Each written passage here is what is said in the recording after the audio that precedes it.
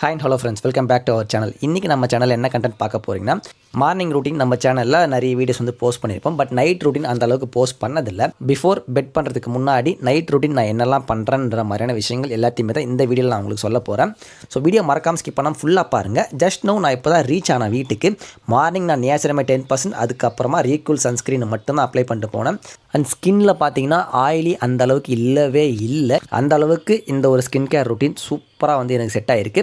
And இன்னும் ஒரு 1 or 2 வீக்ஸில் வந்து நான் கம்ப்ளீட்டாக வந்து ஸ்கின் கேர் ரூட்டின் என்னென்ன மாதிரி ப்ராடக்ட்ஸ்லாம் நான் யூஸ் பண்ணுறேன் அப்படின்ற மாதிரி அந்த அப்டேட்ஸோடு சேர்ந்து உங்களுக்கு ப்ராப்பராக ஃபுல் வீடியோ வரும். ஸோ அதில் வந்து நான் உங்களுக்கு கிளியராக எக்ஸ்பிளைன் பண்ணுறேன் எல்லாத்தையுமே.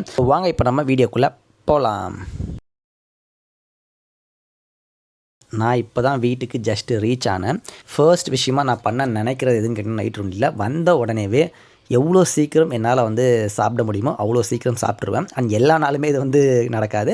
பட் சம்டைம்ஸ் எப்போல்லாம் அதை வந்து பண்ண முடியுமோ அந்த டைமில் நான் வந்த உடனே முதல் விஷயம் டின்னரை வந்து குயிக்காக கம்ப்ளீட் பண்ணுறது தான். ஏன்னா நீங்கள் பெட் பண்ணுறதுக்கு முன்னாடி ஒரு 2 hours அந்த ஒரு கேப் இருந்தால் வச்சு பெட்டராக இருக்கும். ஸோ அதனால் அதை முதல்ல பண்ணுவேன். இன்றைக்கி அதுக்கான வாய்ப்பு அமைஞ்சிருக்கு. ஸோ அதனால் நான் ஃபஸ்ட்டு போயிட்டு ஹேண்டெல்லாம் வாஷ் பண்ணிட்டேன். பட் ஃபேஸ் இன்னும் நான் வாஷ் பண்ணவே இல்லை. நான் போயிட்டு முதல்ல சாப்பிட போகிறேன். ஸோ சாப்பிட்டுட்டு அதுக்கப்புறமா ஃபேஸ் வாஷ் பண்ணுறது, அதுக்கப்புறமா நம்மளுடைய நைட் ஸ்கின் கேர் ரூட்டின் அப்ளை பண்ணுறது, அந்த மாதிரியான விஷயங்கள்லாம் ஸ்டெப் பை ஸ்டெப்பாக வரும். ஓகேவா, வாங்க டைரெக்டாக கிச்சனுக்கு போவோம்.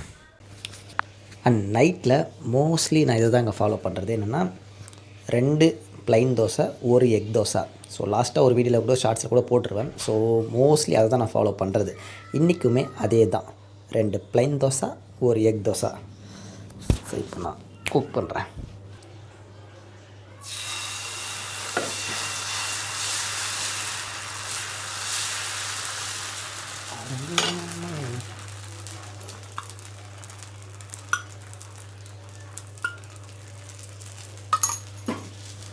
ஹேர் கலர் வீடியோ வேறு அப்லோட் பண்ணுங்க இன்றைக்கி. அது வேறு மறந்துட்டேன் கண்டென்ட் எடுக்கிற இதுலேயே. கியூட்டி கலர் வந்து என் தலையில் அப்ளை பண்ணிவிட்டேன். லாஸ்ட்டாக ஒரு வீடியோவில் போட்டிருப்பேன் ஷார்ட்ஸில். அண்ட் கியூட்டி கலரான ரிவ்யூ வந்து அந்த வீடியோ தான் நான் இப்போ அப்லோட் பண்ண போகிறேன். அண்ட் ஹோப்ஃபுல்லி இந்த வீடியோ நீங்கள் பார்க்குறதுக்கு முன்னாடி அந்த வீடியோ வந்து பார்த்துருவீங்க. ஸோ அதையும் அப்லோட் பண்ணணும் இன்றைக்கி. டாஸ்க் ஆக்சுவலாக ப்ரோட்டீன் ரிச்சான ஒரு ஃபுட் இன்டேக் பண்ணுறதுனால நைட் டைமில் நான் மோஸ்ட்லி இந்த ஒரு எக் தோசை வந்து ஆட் பண்ணிடுறது. அண்ட் மேட்ச் வேறு இன்றைக்கி அந்த அளவுக்கு இன்றைக்குமே இம்பார்ட்டண்ட்டான மேட்ச் தான், ஸ்ரீலங்கா வர்சஸ் நியூசிலாண்டு. ஸோ யாருக்கு குவாலிஃபை ஆக போகிறாங்கன்றதுக்கு.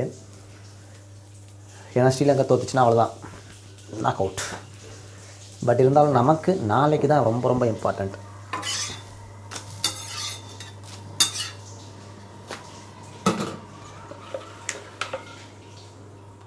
தம்பி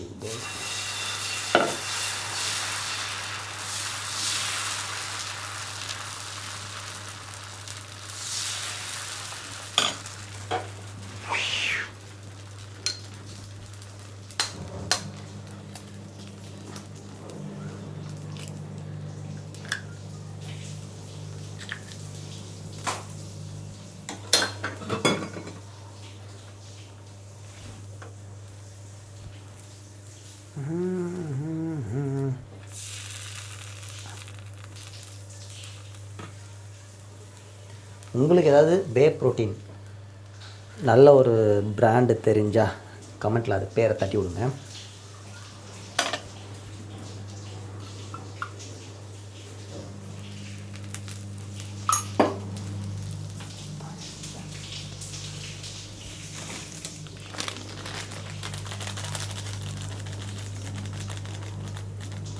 அண்ட் சைட் டிஷ் பார்த்திங்கன்னா வடகறி. வரும்போது கடையிலே வந்து வாங்கிட்டு வந்துட்டேன். செம்மையாக இருக்கும்.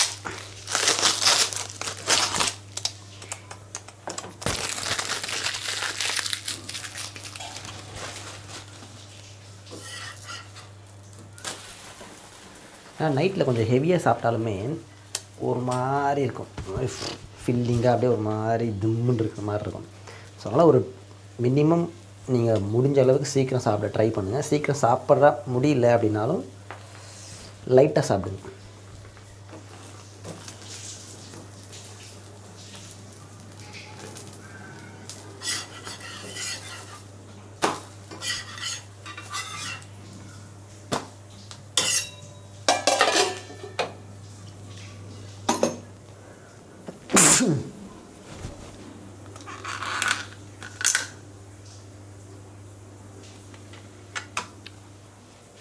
ஸோ பக்கா தோசை எல்லாம் ரெடி, டைரெக்டாக ஹாலுக்கு போயிட்டு சாப்பிட வேண்டியது தான்.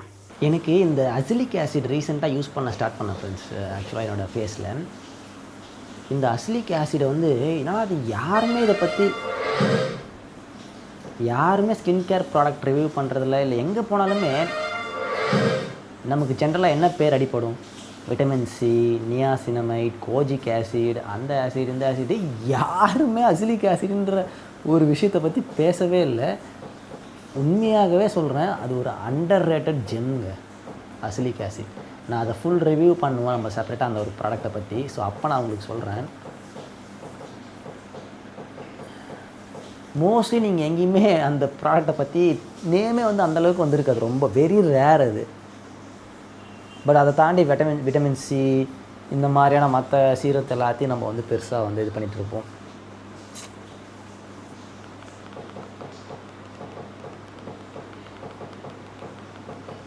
மேட்ச் என்ன நிலைமையில் இருக்குன்னு பார்ப்போம், இன்ட்ரெஸ்டிங்காக போதா இல்லையான்னு.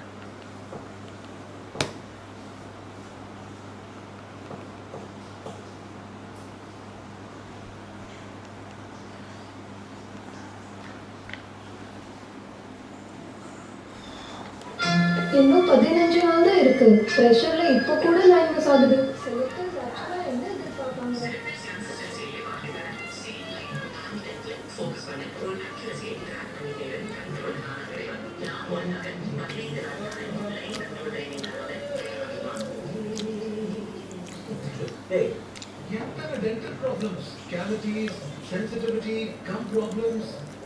வேறு மாதிரி டேஸ்ட்டு.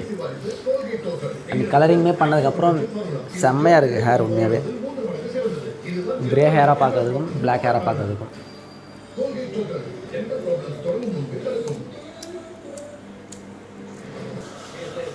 என்ன மக்களே, இருக்கிறதுலே ஒஸ்ட்டாக ஆடி இருக்கானுங்க நியூசிலாண்டு.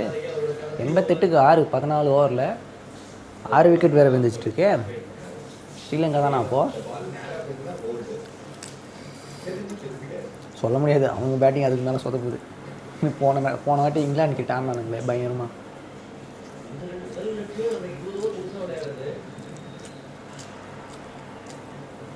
பட் அதுக்கு அட்லீஸ்ட் இவனுங்க ஒரு 120, 130 அடிக்கணுமே.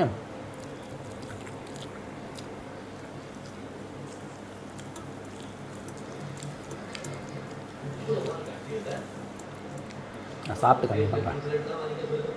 பட் சாப்பிட்டு வந்து டக்குன்னு கண்டென்ட் எடுத்து முடிக்கலான்னு நினச்சேன். பட் ஆனால் மேட்ச் இந்த லாஸ்ட் ஓவர் பார்த்துட்டு இருந்தேன்னா என்ன பேட்டிங்க, சரியான ஒரு கம்பேக்கு. சாண்ட்னர் அண்ட் மெக்கோன்கியா 2 பேரும் சேர்ந்து பிரித்து மேய்ஞ்சி விட்டாங்க.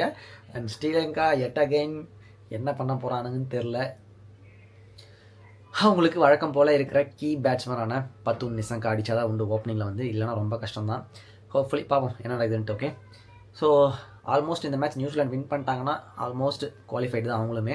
ஏன்னா இவங்க எல்லாருமே வந்து 2 பாயிண்ட்ஸ், அதுக்கப்புறம் என்ன பண்ணாலும் இவங்க ஆல்ரெடி 1 பாயிண்ட் அந்த ரெயின் மேட்ச் போனதுனால 3 வந்துருவாங்க. ஸோ அதுக்கப்புறம் பாகிஸ்தான் ஸ்ரீலங்கா மேட்ச் அது எப்படி போகணுன்னு தெரியல. பட் மோஸ்ட்லி இவங்க வந்து உள்ளே போயிடுவாங்க தான் நினைக்கிறேன்.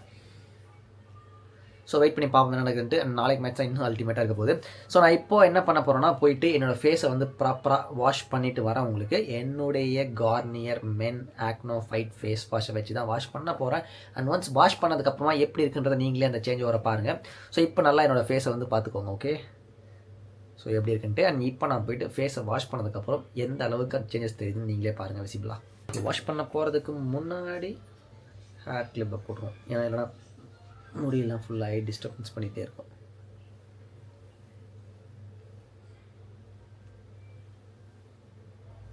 அண்ட் இப்போ போயிட்டு நான் வாஷ் பண்ணிட்டு வரேன். ஃபேஸை நான் இப்போ வந்து ப்ராப்பராக வாஷ் பண்ணிவிட்டு வந்துட்டேன். அண்ட் எந்த அளவுக்கு சேஞ்ச் இருக்குன்றதை நீங்களே பாருங்கள்.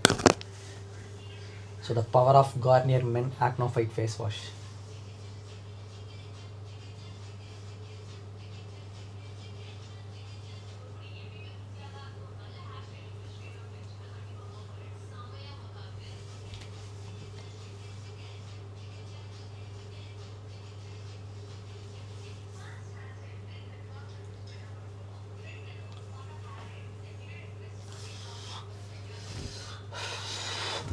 ஸோ ரொம்ப ஃபுல்லாகவுமே ட்ரை பண்ண வேண்டாம். ஏன்னா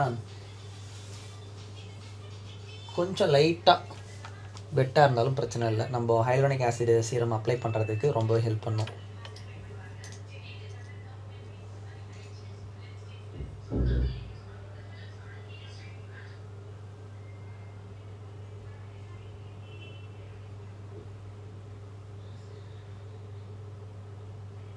ஸோ நான் ரெகுலராக அப்ளை பண்ணுறது நைட் டைமில் after face wash hyaluronic acid.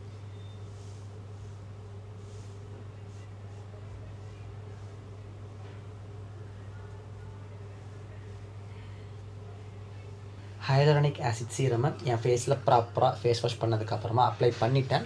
So இப்போ ஒரு 1 or 2 minutes அப்படியே விட்டுருவோம். ஸோ நல்லா வந்து ஸ்கின்னில் அப்சர்வ் ஆகிட்டோம். ஸோ அதுக்கு அடுத்து தான் நெக்ஸ்ட் ஸ்டெப் நம்ம மூவ் ஆகும். நான் ஆக்சுவலாக 7 day சைக்கிள் ஸ்கின் கேர் ரூட்டீனை வந்து ஃபாலோ பண்ணிக்கிட்டு இருக்கேன். Day 1 மண்டேலேருந்து ஸ்டார்ட் ஆகும். இன்றைக்கி வெட்னஸ்டே Day 3. Day 3 என்னுடைய நைட் ரூட்டீனில் என்ன ப்ராடக்ட்னா, first hyaluronic acid serum apply பண்ணிவிட்டு அதுக்கு அடுத்து தான் ரீக்விலோட ரெட்டினால் 0.3% நைட் க்ரீம் அப்ளை பண்ணணும். ஸோ இதான் என்னோடய Day 3க்கான ருட்டீனு.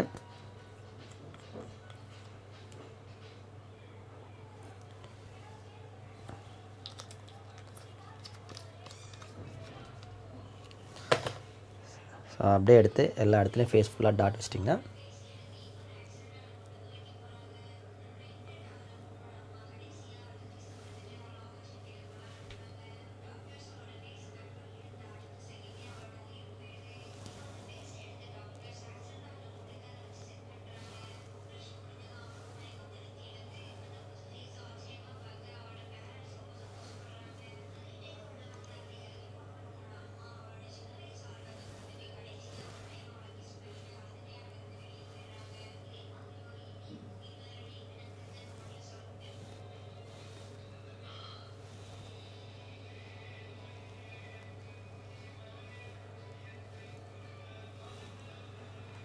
ஸோ இந்த மாதிரி உங்கள் ஃபேஸ் ஃபுல்லாக டாட் வச்சுட்டு அப்படியே ஸ்ப்ரெட் பண்ணி விடுங்க.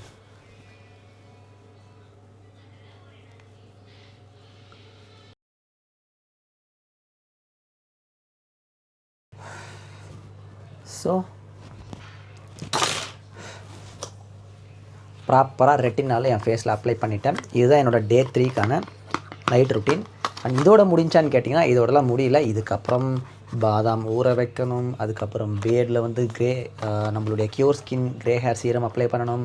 அண்ட் நாளைக்கு நான் ஹேர் வாஷ் பண்ணணும். ஸோ அதுக்கு பேர் அனாட்டமியில் இருக்கிற ஹேர் க்ரோத் சீரம் தலைக்கு அப்ளை பண்ணணும். ஸோ இந்த மாதிரி நிறைய வேலை இருக்குது. 1 by 1 பண்ணுவோம். நெக்ஸ்ட் ஸ்டெப்பான க்யூர் ஸ்கின்னை என்னோடய பேர்டில் அப்ளை பண்ண போகிறேன். டைரெக்டாக ஸ்ப்ரே பண்ண மாட்டேன். ஏன்னு கேட்டிங்கன்னா அப்படி ஸ்ப்ரே பண்ணால் தேவையில்லாமல் ஹேர் இருந்தால் பரவாயில்ல, உங்களுக்கு ஃபுல்லாக ஸ்கேல்பில் ஸ்ப்ரெட் பண்ணுறப்ப பெட்டராக இருக்கும். பட் இங்கே கீழெல்லாம் தான் நான் அப்ளை பண்ண போகிறேன் தொட்டு. ஸோ அவ்வளோ தேவையில்லை. அதனால் சீக்கிரமாக காலி ஆகிடும், வேஸ்ட் ஆகிடும். ஸோ அதனால் கையில் எப்படி வச்சு லைட்டாக ஸ்ப்ரே இந்த அளவுக்கு வந்திருக்கும். இதில் உங்களுக்கு தெரியுதா? ஸோ இதை அப்படியே கையில் தொட்டு ஜஸ்ட்டு தடவி பண்ணிடுவேன்.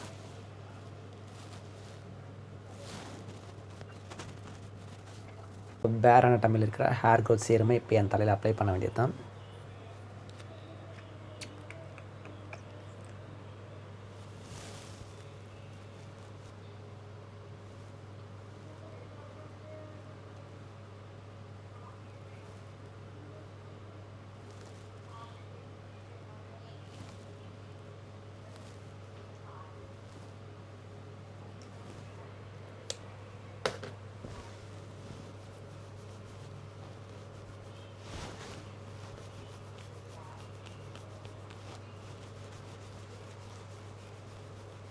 சீரமாக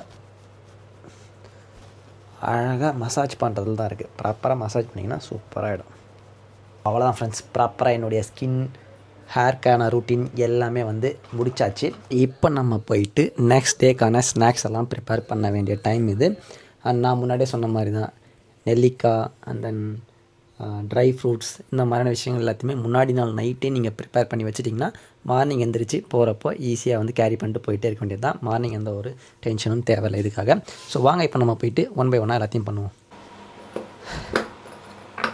ஸோ நான் முன்னாடி நாள் நைட்டே எடுத்து வச்சுட்டு ஃப்ரிட்ஜில் வச்சுருவேன். எல்லாத்தையுமே செக் பண்ணிவிட்டு ஸோ எதெல்லாம் வந்து ஹெல்த்துக்கு ரொம்ப பெனிஃபிட்ஸ் தரக்கூடிய விஷயங்களாக இருக்கோ அதை மட்டும் ரிப்பீட்டடாக எடுக்க போகிறேன். அண்ட் நம்ம ஆல்ரெடி ரிப்பீட்டடாக தான் நிறைய விஷயங்கள் பண்ணிகிட்டே இருக்கும். ஸோ அடிஷ்னலாக ஆட் ஆகிறத அப்படியே வந்து இன்க்ளூட் பண்ணிக்க வேண்டியது தான். ஈவினிங் ஸ்நாக்காக நான் இதை இன்டேக் பண்ணுறது. நம்மால் இந்த ஆம்லா குவாவா இவங்க எல்லாரையுமே மார்னிங் ஸ்நாக்காக நான் இன்டேக் பண்ணுறது. ஓகே, ஸோ அதையுமே இப்போ கட் பண்ணி ரெடி பண்ணி வச்சுக்குவோம். நெல்லிக்காய் கொய்யாக்காய் வந்து ஃபுல்லாக கிடையாது, ஒரு ½ கொய்யாக்காய் போதும். சும்மா மார்னிங் ஸ்நாக்.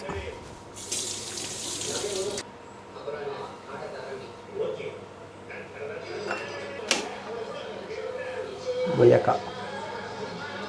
என்னுடைய ஸ்நாக் பவுல் ரெடி.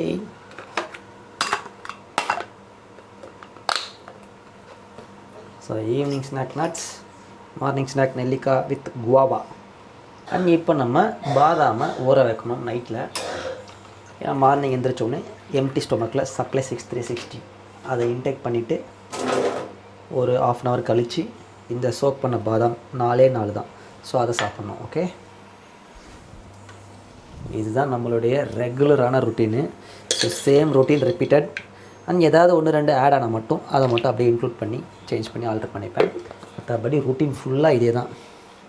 ரொம்ப ரேராக தான் வந்து இந்த ரொட்டீன் ஏதாவது ஸ்கிப் ஆகும். பட் மோஸ்ட்லி வந்து கன்சிஸ்டண்ட்டாக பண்ணிடுவேன். ஏன்னா கன்சிஸ்டன்சின்றது 100% கிடையாது. கன்சிஸ்டன்சின்றது ரெகுலராக நீங்கள் பண்ணுறது. ஏன்னா 100% யாராலையுமே எந்த ஒரு விஷயத்தையுமே பண்ண முடியாது. ஸோ அட்லீஸ்ட்டு ஒரு 10க்கு பார்த்தீங்கன்னா ஒரு 8 times இல்லை 7 times அந்த மாதிரி பண்ணுறதே வந்து பெரிய கன்சிஸ்டன்சி தான். ஸோ நான் மோஸ்ட்லி எல்லா டைமே பண்ணுவேன். வெரி ரேராக மட்டும் எப்போயாவது மிஸ் பண்ணுற மாதிரி வந்தால் அந்த டைம் மட்டும் மிஸ் பண்ணுவேன். ஸோ மற்றபடி எல்லாமே ப்ராப்பராக இதே ரொட்டீனை வந்து ஃபாலோ பண்ணுவேன். அண்ட் இவ்வளோ பண்ணிட்டோம், ஆனால் கரெக்டாக ஸ்கின் ரிலேட்டடான ஒரு விஷயத்தை விட்டுட்டோம். ஸோ அதுதான் கண்ணுக்கு ப்ரிவென்ட் பண்ணக்கூடிய கடுக்காயை போடணும். ஸோ கடுக்காயை நீங்கள் எப்பவுமே வந்து டைரெக்டாக நாட்டு மருந்து கடை அந்த மாதிரி போயிட்டு கடுக்காய் வாங்கிக்கோங்க. அமேசான்லேயுமே இருக்கும். ஓகேவா? ஸோ கடுக்காயாக வாங்கிக்கோங்க. பவுட்ரு வாங்காதீங்க.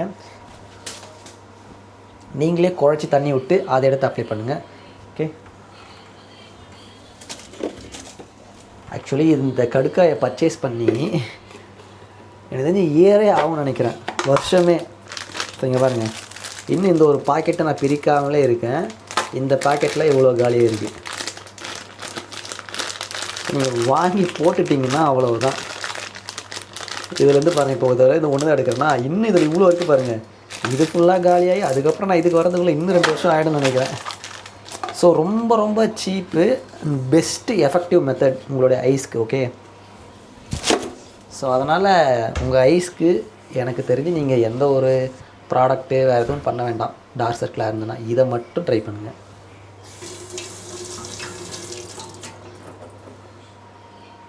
இப்போ இதை குலைக்க வேண்டியது.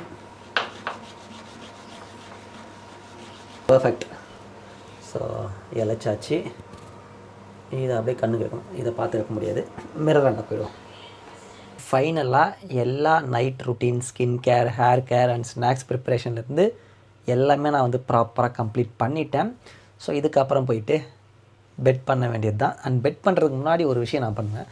அதை நான் வந்து இப்போ சொல்லலை.